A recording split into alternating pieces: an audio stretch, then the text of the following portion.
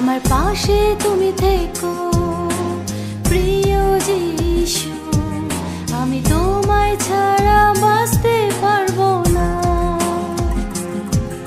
আমার পাশে তুমি থেকো প্রিয় যিশু, আমি তোমায় ছাড়া বাঁচতে পারবো না। প্রভু যীশু খ্রিস্টের নামে সকলকে অভিনন্দন জানাই। পবিত্র বাইবেল মথিলিখিত সুসমাচার তার 13 অধ্যায় তার 29 ও 30 পদে আমরা এইরূপ দেখতে পাই।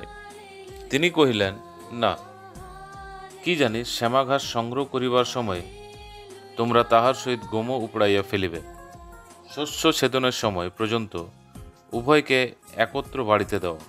পরে ছেদনের সময় আমি ছেদকদ্বয়কে বলিব, তোমরা প্রথমে শ্যামাঘাস সংগ্রহ করিয়া উড়াইবার জন্য বোঝা বোঝা বাঁধিয়া রাখো, কিন্তু গম আমার গলায় সংগ্রহ করো।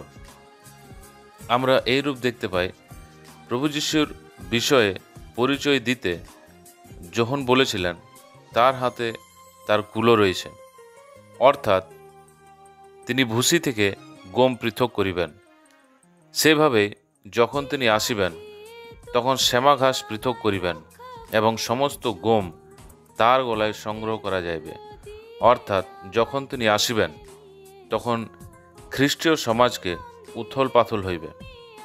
যে নিজেকে বড় ধার্মিক বলে কিন্তু প্রভু যীশুর বাক্য যে রূপ বলে সেরূপ ছাড়াই জীবনযাপন করে, যে মনে করে আমি খ্রিস্টীয় পরিবারে জন্মগ্রহণ করেছি বলে কোনো চিন্তা নেই, মনে করে যে কিছু পরম্পরা পালন করার দ্বারা উদ্ধার পাবে, তারা সবাই সেই দিন, যে দিন তিনি আসিবেন সেই দিন নিরাশ এবং হতাশ হবে।